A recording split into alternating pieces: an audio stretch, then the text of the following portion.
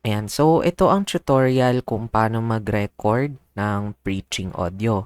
So, bago pa mag-preaching, siguro pag tawag dito, mga welcoming, nagwe-welcome na sila, i-open nyo na agad yung Audacity para lang nasa background na siya naka-launch. Ayan, 'di ba? Nag-launch yung Audacity. Next mo 'yan.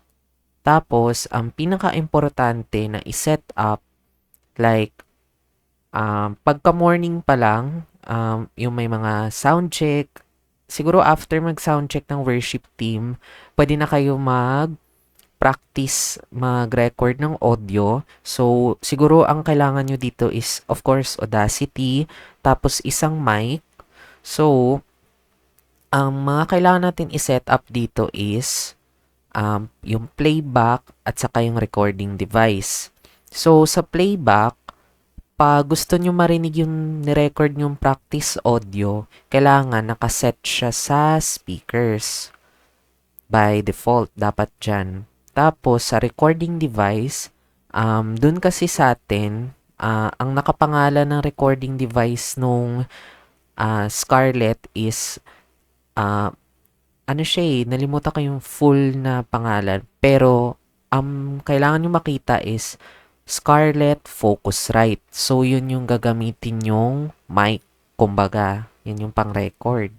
Lahat nung tao dito, boses na nare-record sa mics na wireless, dun yun pumapasok sa audio interface natin, which is si Scarlett Focusrite.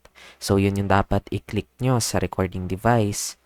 Then, pag magre-record, dapat hindi kayo mag-press ng record the moment na nagsasalita sila. Dapat kahit mag-start na kayo mag-record kahit may konting dead air.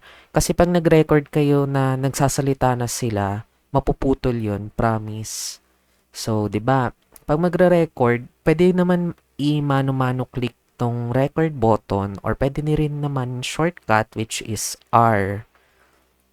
Yan. So, isa pang kailangan yung tandaan, like, pag magpa-practice kayo mag-record ng audio, i-test nyo na din yung mga plosives. Meaning, yung plosives ay yung mga words na may mga letter P, B, tapos i-test nyo na rin yung sibilants, which is yung mga words na may mga letter S, yung mga medyo harsh pakinggan para matimpla yung mga highs. So, yung sibilants, part yun sa highs. 'Di ba? Pansin nyo pag binabanggit ko yung letter S, parang ang tining, 'di ba? Tapos yung B, yan, dapat, na rin yun, tinitimpla na rin yun.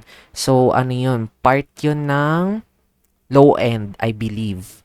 So, yun lang naman, pero di ko kasi sure kung ano yung process nila sa editing ng audio.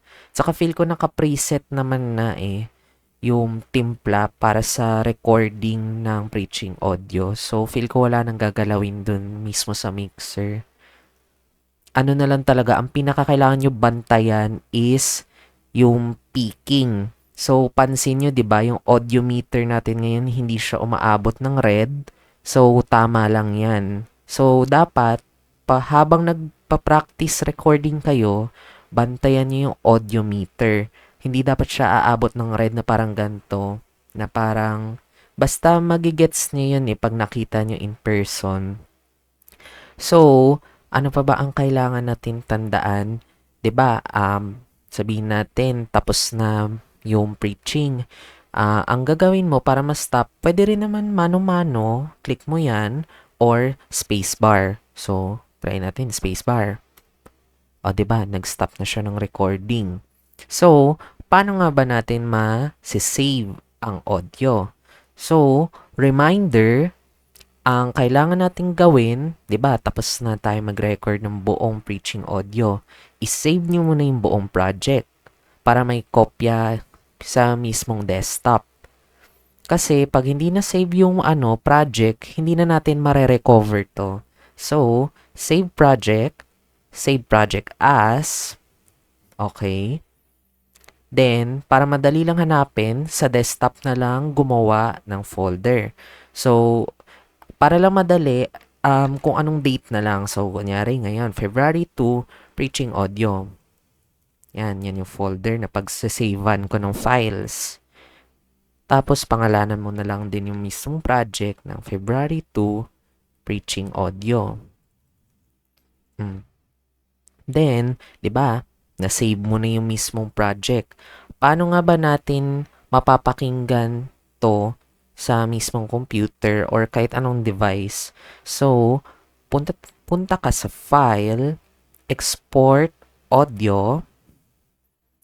Then, ang gagawin natin is, pakibantayan kung sang destination or yung file location. So, yan. Yan yung buong destination. So, sa desktop siya nakasave dun sa bago natin ginawang folder.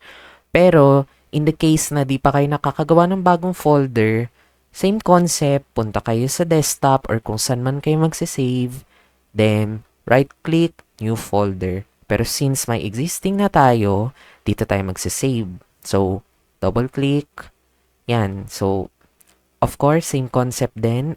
File name, pangalanan mo kung anong date yung preaching audio. Then, click save. Pero di pa yan na-save. Okay? Di pa yan exported. So, sa format, any of the two. So, pwede tayong gumamit ng WAV or MP3.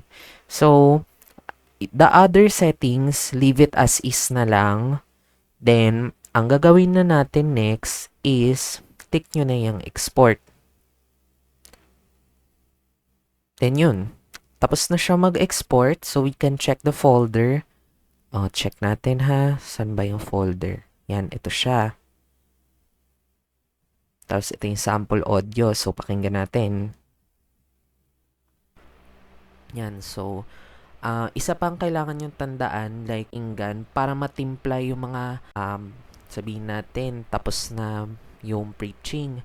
Ang gagawin mo para ma-stop, pwede rin naman mano-mano or spacebar. So, try natin spacebar. Okay, so nape-play siya. Good, kasi kailangan yan. Tapos, of course, we have our project file para pwede pa natin siya balik-balikan. So, in the case na ma-close man natin to, pwede pa natin siya ulit ma-retrieve. 'Diba? It's back. Ngayon, hindi siya umaabot.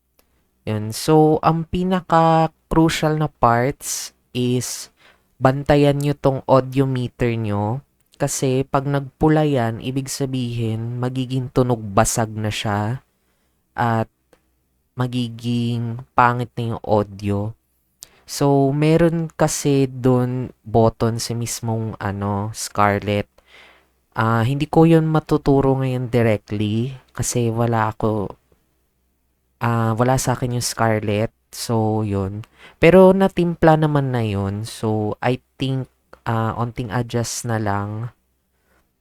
Pero pwede rin naman dito mismo sa recording, pwede nyo ibawas ng konti. Ito yung tinatawag nilang term na i-adjust ang gain level. So, ito yun. Diba? Napansin nyo medyo humihina boses ko, diba? Ganyan din magiging concept nun pag binawasan mo yung gain level. So, kung yung mic nila preacher, bababa yung tunog. Sa recording yun sa recording. Yun lang naman.